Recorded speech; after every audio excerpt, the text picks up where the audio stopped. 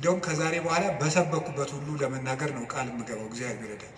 እነዚህን 5 ነገሮች ሰው እስኪያደርጋቸው ድረስ ከቻልኩ እስከምሞት እናገራለሁ። እናንተም በጸሎት ካሰባችሁ እና ካስጨረሰኝ። ስለዚህ የመጀመሪያው 1 ምዕራፍ መጽሐፍ ቅዱስ በቀን አንብቡ። ሁለተኛው ቤተክርስቲያን ሳትገቡ አትዋሉ። በቀን መግባት የማያስችል ተፈጥሯዊ ግዳጅ ከገጠማችሁ ደጅ ላይ ቆማችሁ ሄዱ። ሶስተኛው በሳምንት 1 ቀን ቢያንስ አስቀድሱ። ውስጥ ገብታችሁ በሳምንት 1 ቀን ቢያንስ ማለት ነው። አራተኛው ንስሐ ግቡ። ንስሐ ግቡ። ንስሐ እንደውም ምንድን ነው የምትባለው? ሌላኛይቱ ከእግዚአብሔር የተሰጠችን ልደት ናት የሚባለው። አንድ ልደት ከእናት አባት ተወልደናል። ሌላ ልደት ደግሞ በጥምቀት እንደገና እሷ ስትደበዝዝ ደግሞ እግዚአብሔር በንስሐ ልደት ሰጠ። አዳም ከሔዋን እሱን የመሰለ ልጅ እንደወለደ ይላል አረጋዊ መንፈሳዊ የተባለ ሊቅ።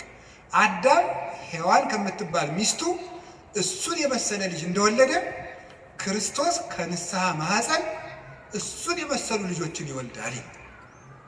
ደስ አይላችሁም? አዎ።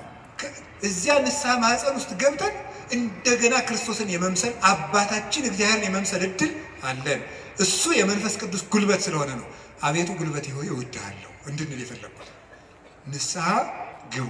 የመጨረሻው ጸልዩ። ሳትጸልዩ አትብሉ። ሳትጸልዩ እቤት አትውጡ። ብትችሉ ስግደት ስገዱ። ስገዱ። ጥቂት ጥቂት ስገዱ። ትንሽ ትንሽ ከቻላችሁ 41 ካቃታችሁ 21 ካቃታችሁ 7 ካልሆነም 3። ይኸውላችሁ እኛ ለእግዚአብሔር ስንሰግድ ሰይጣን ከኛ እግር ይወድቃል። ሰው ለእግዚአብሔር ሲንበረከክ የሚያንበረከኩት ከሱ ስር ይንበረከካሉ። ዳዊት ለእግዚአብሔር ይንበረከካል፣ እግዚአብሔር የዳዊትን ጠላቶች ለዳዊት ያንበረከካል። ቀመሩ ይሄ ነው። እኛ ለእግዚአብሔር እንንበረከክ፣ የሚያንበረከኩንን አጋንንት ደግሞ እግዚአብሔር ያንበረከካቸዋል።